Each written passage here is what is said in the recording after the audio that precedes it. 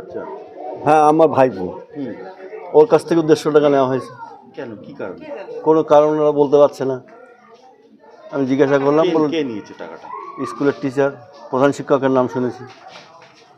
কি নাম প্রধান শিক্ষকের? নতুন এসছে তো, ওনার নাম আমি সঠিক জানি না। কি পার্টি আমার তো জানেন, হেডমাস্টারের নাম কি? এসছেন তাই জানতে? হ্যাঁ, জানতে এসছি।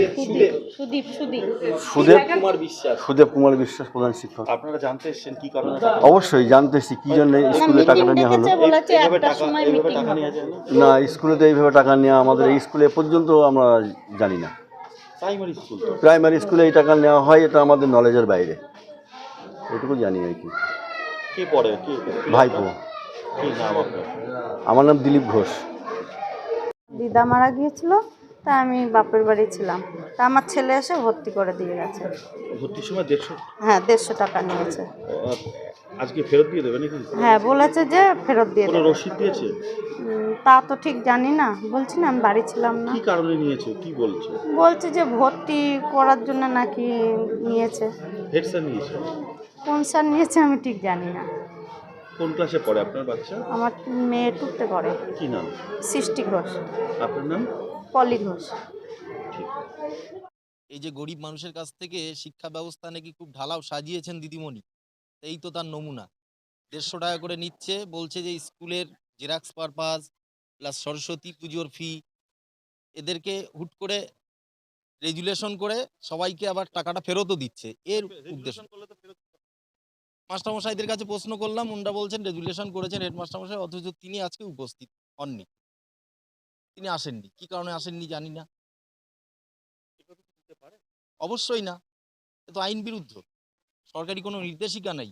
যেখানে আমার ছেলে বাগদা প্রাইমারিতে পড়ে 1 টাকাও ভর্তি ফি লাগেনি, নেতাজি পল্লীতে কেন 150 টাকা লাগবে? এটাই আমাদের পার্টির থেকে আমাদের দাবি এবং বক্তব্য। 9 পাস করে ট্রেনে উঠলো, এবার 450 টাকা ফিস নিল। এবার আমরা মাঠে জন খাটি, এবার 450 টাকা রিসিভ দিল 240 টাকা, তাহলে আর 230 টাকা কোথায় গেল? এই স্কুলে কেউ পড়ে আপনার? হ্যাঁ, আমার ছেলে পড়ে এই স্কুলে? হ্যাঁ। 150 টাকা নিয়েছে? 150 টাকা নিয়েছে। কেন, কি বললো? এবার স্যারেরা কিসের জন্য নিয়েছে আমি জানি না। আমার মেয়ে বললো, মা ভাইয়ের স্কুলে 150 টাকা লাগবে, আমি তাই দিয়ে এসে নিয়ে বই নিয়ে চলে গেছি। আর বৃত্তান্ত আমি কিছু জানি না। কোন ক্লাসে পড়ে আপনার? আমার মেয়ে এবার ক্লাস 1 উঠলো। কিন্তু প্রাইমারি স্কুলে তো এভাবে টাকা নিতে পারে না। না, সেটা পারে না, কিন্তু স্যারেরা যদি সব কিছু আলোচনা করতো যে এই প্রশ্নের জন্য বা এই সরস্বতী পুজোর জন্য এইসব কাজের জন্য অনুদান হিসাবে তোমরা একবারে টাকাটা দাও, যদি আলোচনা করেন তো তাহলে এই সমস্যাটা হয়তো হতো না আমার হিসাবে। এবার সেটা হয়তো স্যার করেনি, ওই জায়গাটা ভুল হয়ে গেছে স্যারের। হ্যাঁ, করুন মানুষ আমরা। তো টাকা কষ্ট করে অবশ্যই বিধিবাদী খাই, ছেলে মেয়ে পড়াশোনা জানাই। আমি নিজেই বিধিবাদী। এইভাবে টাকা নিচ্ছে, কিছু বলবেন না? আমি কি করবো বলুন? আর শুধু ওই বলা ছাড়া তো আমাদের আর কিছু করার নেই না, আমাদের শুধু এইটুকুই বলার। তার উপর কি নাম আপনার? আমার নাম পিঙ্কি দত্ত। ছেলে কোন ক্লাসে পড়ে বলেন? ক্লাস 1 উঠলো এবার। হ্যাঁ, অনি দত্ত।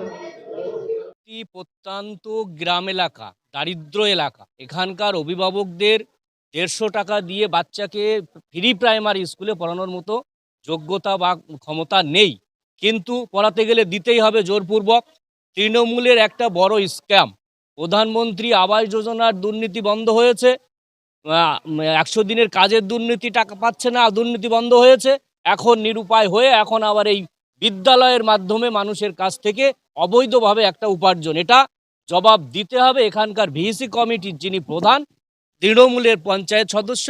আমরা নামব, নইলে আমরা এর থেকে বড় আন্দোলনে আমরা ভারতীয় জনতা পার্টির পক্ষ থেকে নামব। এটা অবশ্যই চাপবে পড়ে। অভিভাবকরা যখন ধরেছেন, আমরা যখন জিজ্ঞাসা করলাম, এখন বলছে আমরা টাকা ফেরত দিয়ে দেবো।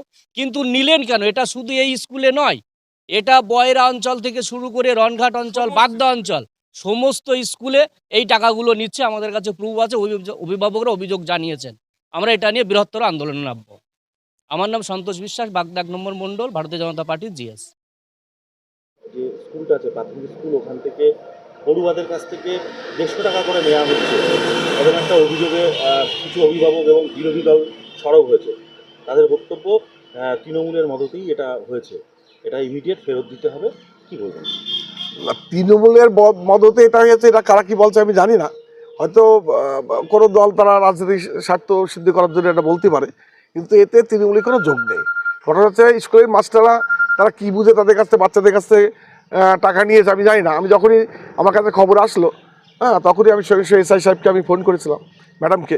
ম্যাডাম বললো আমি এক্ষুনি যাচ্ছি। আমার ওখানে গ্রাম পঞ্চায়েতের যিনি মেম্বার ছিল তিনি ওখানে সঙ্গে সঙ্গে অ্যাকশন নিয়েছেন, নিয়ে হেডমাস্টারকে ঘেরোয়া টেরোয়া করে এবং বলেছেন যে সঙ্গে সঙ্গে টাকা ফেরত দেওয়ার জন্য, এবং হেডমাস্টার সঙ্গে সঙ্গে টাকা ফেরত দেওয়াও শুরু করেছে। হ্যাঁ, এবং কালকে আমার কাছে যতদূর খবর, কালকে তৃণমূল সরকার তো এটা বরদাস্ত করে। তৃণমূল সরকার এসব পদক্ষেপ, তৃণমূল সরকার কি বলবে যে তুমি টাকা নাও? এটা কোনোদিন হতেই পারে না। এটা যে টাকা নেয় তার মানবিকতার ব্যাপার। সে মনে করে হয়তো টাকা নিয়েছে, কিন্তু এটা নেওয়া ঠিক হয়নি। কারণ বাচ্চারা এমনি মমতা বন্দ্যোপাধ্যায় সমস্ত শিক্ষাক্ষেত্রে সমস্ত সুযোগ সুবিধা দিচ্ছে, ড্রেস থেকে আরম্ভ করে, হ্যাঁ, সমস্ত তাদের বাচ্চাদের সাইকেল থেকে আরম্ভ করে, কন্যাশ্রী টাকা থেকে আরম্ভ করে সমস্ত টাকা, ট্যাপ কিনা 12 ক্লাসে উঠলে ট্যাপ কেনার টাকা পর্যন্ত মমতা বন্দ্যোপাধ্যায় দিচ্ছে। অতএব কে 50 টাকা না 30 টাকা ক্লাসে ওঠার জন্য ছাত্রদের নেবে, এটা মমতা বন্দ্যোপাধ্যায় এটা বরদাস্ত করে না, এবং আমরাও বরদাস্ত করি না। আমরা জানতে পেরে সঙ্গে সঙ্গে আমি এসআই সাইকেল স্কুল এই পূর্ব চক্রে যিনি ম্যাডাম আছেন তাকে সঙ্গে সঙ্গে খবর দিয়েছি, সঙ্গে সঙ্গে তিনি অ্যাকশনও নিয়েছেন, এবং মেম্বার, আমার গ্রামের মেম্বার সঙ্গে সঙ্গে অ্যাকশন নিয়েছে এবং টাকা ফেরত দিতে বাধ্য করেছে। Thank you.